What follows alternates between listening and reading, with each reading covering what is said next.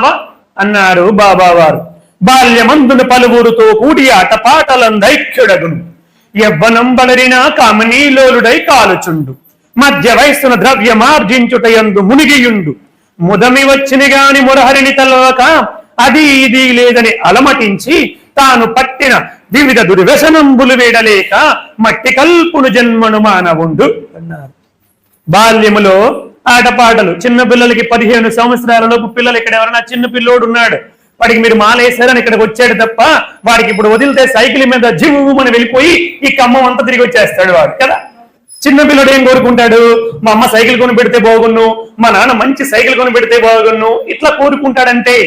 బాల్యమందున పలువురుతో కూడి ఆటపాటలందైక్యుడగును, యవ్వనం బలరిన కామనీలోలుడై కాలుచుండు. ఇక యుక్త వయసు వచ్చింది అనుకోండి, అప్పుడు కామం, విపరీతమైనటువంటి కోరికలు. కామం అంటే మీరు ఏదో పిచ్చిగా ఆలోచించకండి, కోరికలు. ఏమిటి కోరికలు అంటే మంచి అందంగా ఉండాలి, మంచి బట్టలు వేసుకోవాలి, మంచి ఆభరణాలు వేసుకోవాలి, నీట్ గా హెయిర్ క్రాఫ్ట్ బాగా చేసుకోవాలి. నేను గనుక రోడ్డు మీద నడిచి వెళ్తూ ఉంటే అందరూ నన్ను చూసి ఈ అబ్బాయి లేదా ఈ అమ్మాయి చాలా అందంగా ఉంది అని అందరూ అనుకోవాలని అనుకుంటాడంట జీవుడు. అదేమీ దోషమేం కాదండి, అలాగే ఉండాలి. ఆ వయస్సులో అలా అనుకోవడం తప్పేమీ లేదు. అది శృతి మించిపోతే ప్రమాదం అంతే. బాల్యమందున పలువురుతో కూడి ఆటపాటలందైక్యుడగును, యవ్వనం బలరిన కామనీలోలుడై కాలుచుండు. శృతి మించిపోతే అది కామంగా మారిపోతుంది, విశృంఖలమైనటువంటి స్వేచ్ఛ ఏర్పడుతుంది. ఇంకా బట్టలన్నీ కూడా విచిత్రమైనటువంటి వేషధారణ వేసుకుంటాము, పిచ్చి పిచ్చిగా తిరుగుతాము, అందరినీ ఆకర్షించడానికి శరీరములో భాగాలన్నీ కనిపించేలాగా సంచరిస్తూ ఉంటాము. అది కామం అంటే. ఇది మాత్రము కామము కాదన్నమాట. ఇది కనీస ధర్మము, తప్పేమి కూడా లేదు. అలా తిరుగుతూ ఉంటాడు. అప్పుడు కనుక మనం వాడిని ముట్టుకుంటే కాలిపోతాడంట. కామినీలోలుడై కాలుచుండు, మధ్య వయస్సున ద్రవ్యమార్జించుటయందు మునిగియుండు. ఇదే వ్యక్తికి ఒక 40 సంవత్సరాల వయసు వచ్చింది అనుకోండి, అప్పుడు ఏమంటాడు తెలుసా?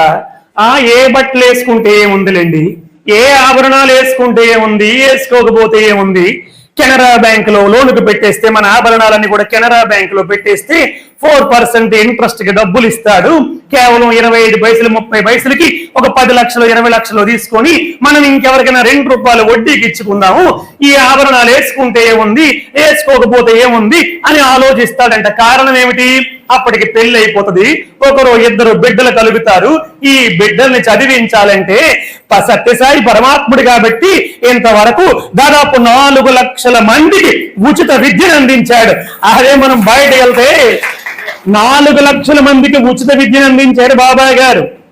కానీ బయటికి వెళ్తే మనం 1వ తరగతికి 4 లక్షలు కట్టాల్సిన పరిస్థితి.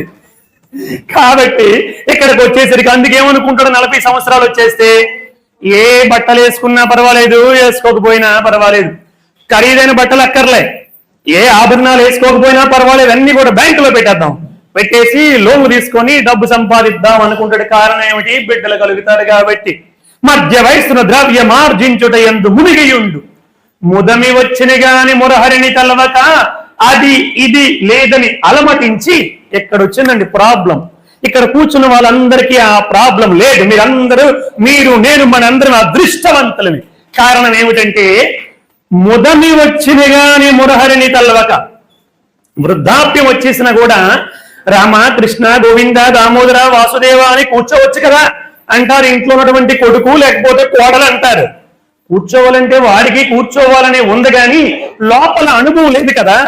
రామకృష్ణ అనడం అలవాటు ముందుగుంట చేసుకుని ఉండుంటే ఆ కొడుకు కూర్చోమనక పూర్వమే నేను అనవసరంగా ఎందుకు ఇవన్నీ కూడా కాలాన్ని వ్యర్థం చేసుకోవడం అని ఈయన ఒక చోట కూర్చొని ఓం నమః శివాయ, ఓం నమః శివాయ, ఓం నమః శివాయ,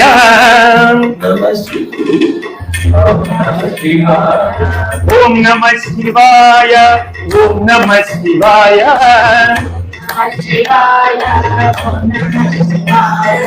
ఓం నమః శివాయ, నమః ఓం, నమః ఓం, ఓం నమ శివాయ నమ ఓం నమ ఓం ఓం నమ శివాయ ఓం నమ శివాయ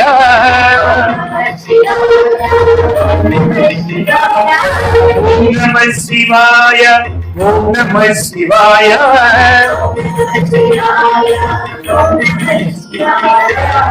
అంటూ మన కొడుకు మన కోడలు ఒక మూల కూర్చొని అలా స్మరించుకోండి అని చెప్పక ముందే మనమే వెళ్ళి స్మరించుకుంటాం. ఎప్పుడు?